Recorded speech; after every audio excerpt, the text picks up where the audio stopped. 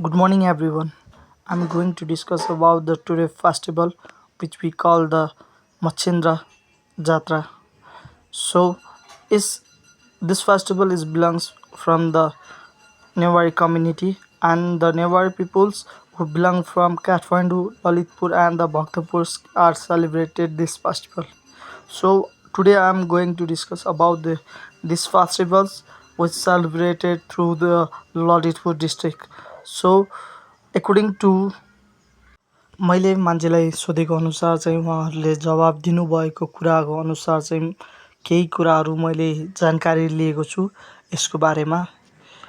धेरै हिस्ट्री मैले नसोधे पनि मैले सोद्धाखेरि चाहिँ उहाँले भन्नुभयो कि यो जात्रा हाम्रो पुल्चोकबाट सुरुवात हुँदै हाम्रो चाहिँ पाटन दरबार स्क्वायरको नजिक पुगेर त्यसबाट घुमाएर चाहिँ हाम्रो लाने गर्छ। अब यसमा स्पेसली के छ भन्दाखेरि चाहिँ यहाँ चाहिँ पहिले चाहिँ त्यहाँ गुठीको मान्छेहरूले चाहिँ तोपको सलामी दिएर चाहिँ यो चाहिँ रथ यात्रा सुरुवात गर्दो रहेछन्।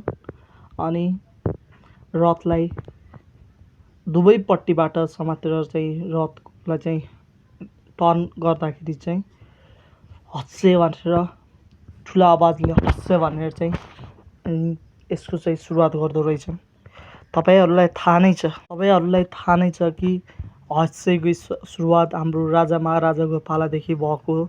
जुन जति बेला चाहिँ नेपालमा केही पनि गर्न सकेको थिएन त्यो बेला चाहिँ नेपालीले चाहिँ आफ्नै नेपालमा भएर चाहिँ केही न केही गर्नुपर्छ र केही न केही गर्नुपर्छ भन्दाखेरि जति बेला हाम्रो बाटोको केस कुरै गरौँ न है, बाटो हाम्रो पुल बनाउँदाखेरि चाहिँ त्यो बेला मान्छेहरू गाह्रो पर्थ्यो कि। अनि त्यो बेला चाहिँ नेपालीहरूले चाहिँ के भनेछ भन्दाखेरि ठुल्ठुलो बाँसको चाहिँ ल्याउँदाखेरि अब धेरै भारी भारी हुन्थ्यो अनि एउटै मान्छेले सम्भव थिएन। अनि त्यसपछि सबै मिलेर गर्थे तर पनि कसैले सक्दैन। अनि त्यति बेलामा चाहिँ एउटा सुरुवात के भयो भने हस्से सुरुवात भयो।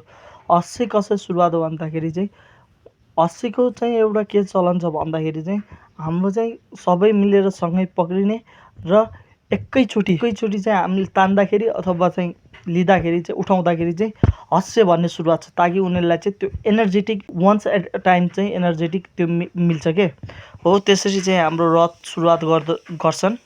रथ सँगसँगै चाहिँ अब त्यसलाई चाहिँ सबै मान्छेहरू त्यति बेला चाहिँ लाखौँ मान्छेहरू चाहिँ भेला भएर त्यहाँ डान्स गरेर नाचगाना गरेर आफ्नो मदिरा सेवन गरेर रमाइलो पर्वको साथ लिँदो रहेछन्। र साथसाथै त्यो चाहिँ हाम्रो चाहिँ तानेर हाम्रो चाहिँ पाटनसम्म पुगाउँदो रहेछन्। पाटन पुगाइसकेपछि अर्को यसमा के पाटन लगिसकेपछि अर्को यसमा के चलन छ भन्दाखेरि एउटा पट्टिबाट चाहिँ मामा र भान्जा भन्ने चलन रहेछ। मामाको रथ चाहिँ अलिकति ठुलो हुँदो रहेछ एज कम्पेयर टु द भान्जाको चाहिँ अलिकति होचो हुन्छ। अनि यो चाहिँ रथ चाहिँ हाम्रो पाटन लगेर पाटनबाट भान्जा लिन आएर र भान्जा अघि गएर र मामा पछि गएर चाहिँ हाम्रो पाटनको नजिकको क्षेत्रमा एक रात बिसालेर दोस्रो बिहान भोलिपल्ट चाहिँ त्यहाँबाट फेरि अर्को ठाउँमा लैजाँदो रहेछन्। त्यसको लगेको 12 दिन 15 दिनपछि चाहिँ अनि मात्र चाहिँ त्यो मुखहरू देवताको देखाउँदो रहेछन् भन्ने चलन रहेको छ। अनि यसमा चाहिँ अर्को इम्पोर्टेन्ट कुरा थाहा पाएको मैले, जुन रथ बनेको छ त्यो रथको चाहिँ एउटा खुबी के रहेछ भने इफ त्यो यदि रथ कुनै कारणवश पल्टियो भने त्यो रथलाई चाहिँ नेपालमा केही अशुभ हुन्छ भन्ने मानिँदो रहेछ। र त्यसै गरी त्यो रथलाई चाहिँ यति मजबुतीका साथ बनाएको हुन्छ कि त्यो ढल्नु भएन। अर्को कुरा मैले यसबाट जानकारी लिएको अनुसार चाहिँ यदि त्यो रथ केही कारण ढल्यो भने जुन गुठीको मान्छेले चाहिँ त्यो बनाएको हो त्यो गुठीलाई चाहिँ बाट चाहिँ अर्को गुठीमा चाहिँ हस्तान्तरण हुँदो रहेछ। इनकेस यदि त्यो गुठीले राम्रोसँग त्यसलाई जात्रालाई चाहिँ सम्पन्न गर्यो र त्यो जात्रा चाहिँ कुनै पनि त्यस्तो किसिमको दुर्घटना भएन अथवा केही भएन भने उनीहरूलाई चाहिँ लटरी टाइपको भनौँ न, मतलब अलिकति उनीहरूलाई चाहिँ सोचेको भन्दा चाहिँ बढी चाहिँ पैसा मिल्दो रहेछ।